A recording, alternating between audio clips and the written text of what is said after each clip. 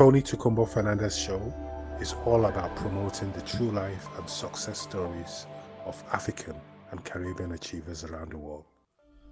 If there's a product or initiative you wish to share, feel free to give us a call. The number is 0788 280 9005. A very warm welcome to all our listeners around the world. You're welcome to the Tony Tukumbo Fernandez Show, promoting the true life and success stories of African and Caribbean achievers around the world. So if there's a product or initiative you wish to share, feel free to give us a call. The number is 0788 280 9005, or visit our website at www.tonyfernandez.co.uk.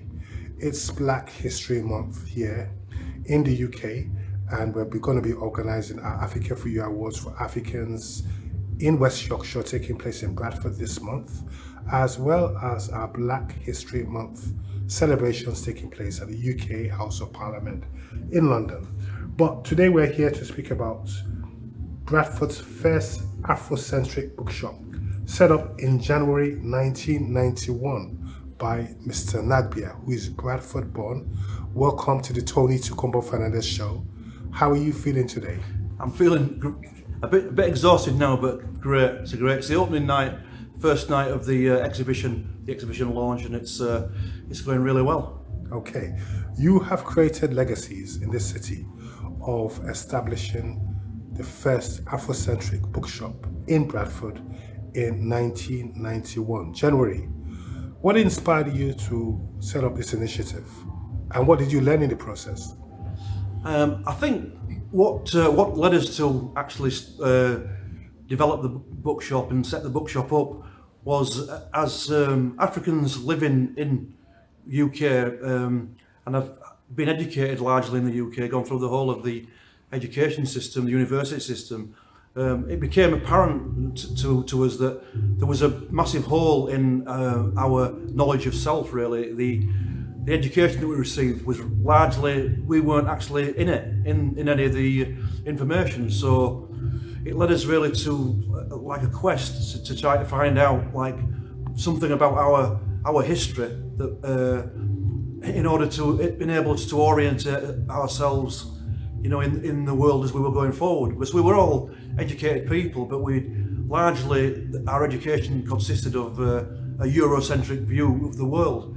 And we were lucky in the early 90s that there was a group of African scholars were touring and speaking in the UK, and we were, you know, like fated and fortunate to have been able to attend some of those lectures.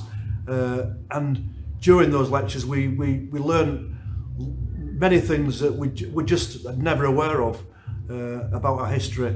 And our conclusion really was that it'd be a good idea to have a bookshop to try and get some of those resources available for our wider community, who are also really, I think, engaged in a similar quest, you know, to understand how our experience in the UK, living in Europe and in the West, how we could improve our outcomes.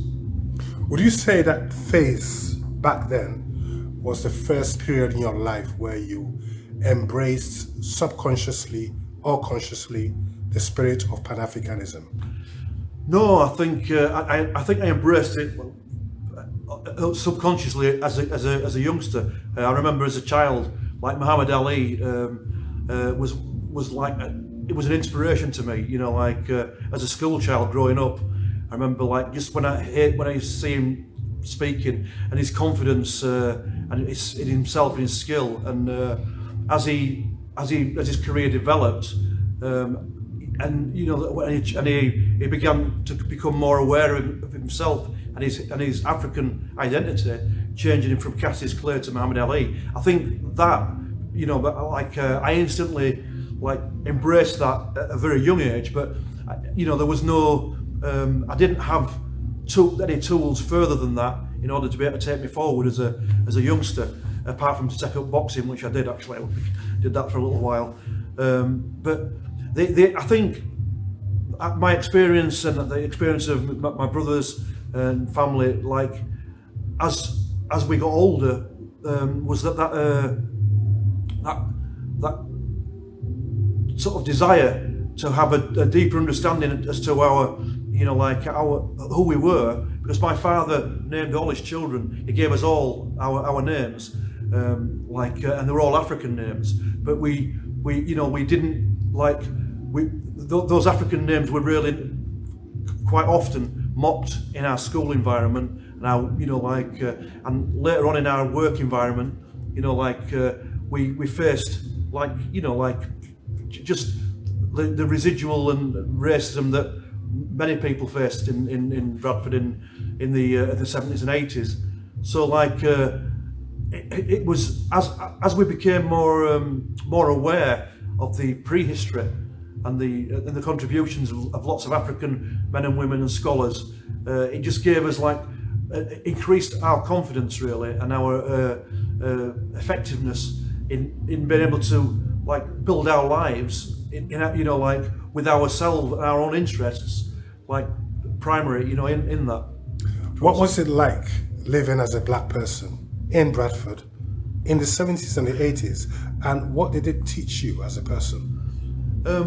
I think I started work in the 70s in Bradford in 1974 in a factory, and most of us, most Africans and Caribbeans, in the area that I lived in an area called Thorpe Edge, and there might have been there's probably about 4 black families in that area, largely a white working class area.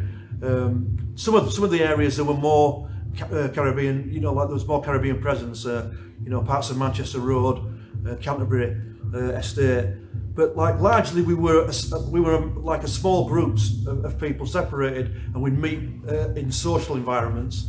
When we went out and as young people, we'd socialise.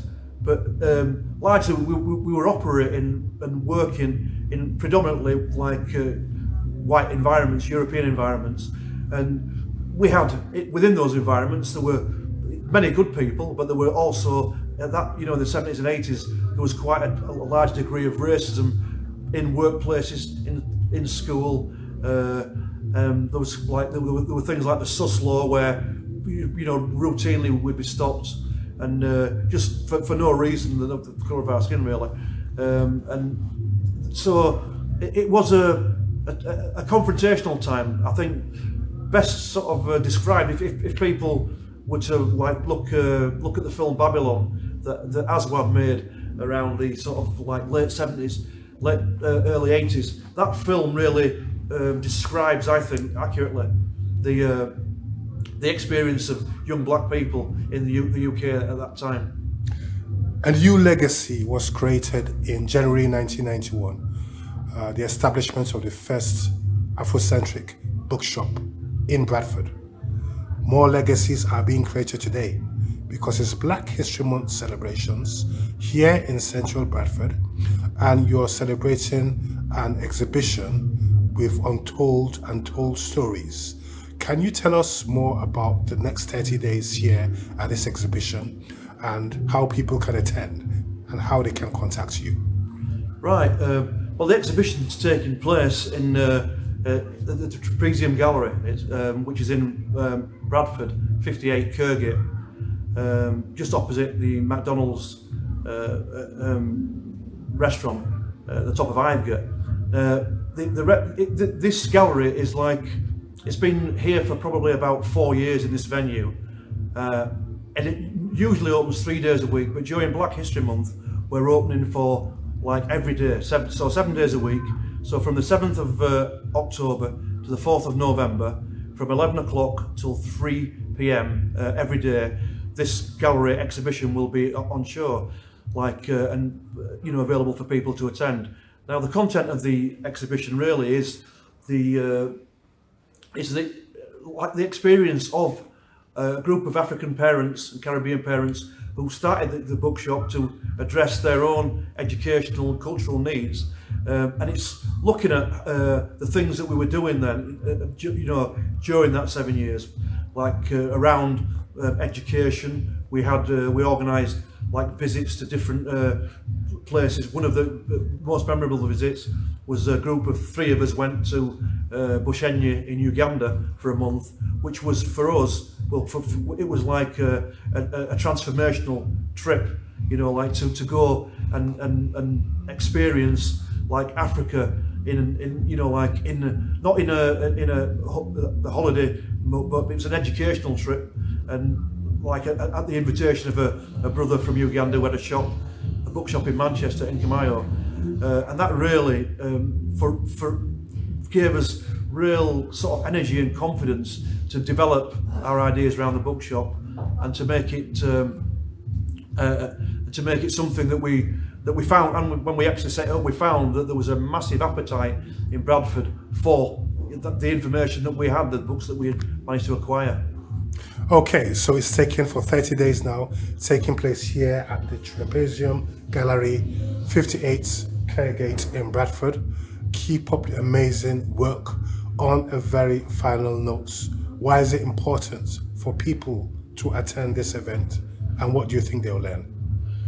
It's important, I think, for people to attend this event because, like, obviously, we ran for seven years, but we didn't manage to sustain it for longer. So it's important that people come and learn about the things that we've done, that we did through those 7 years, and hopefully, I'm really hoping that they'll learn that when a community acts together around the different issues that we were dealing with, education, you know, like cultural visits, support, that they'll be able to take those lessons and use them in a practical way. Now, what would really please me immensely would be if some younger people came in and thought, you know, Bradford needs to have and re-establish and reinstate a bookshop along the same base, you know, the same lines that we ran the Black Agenda bookshop.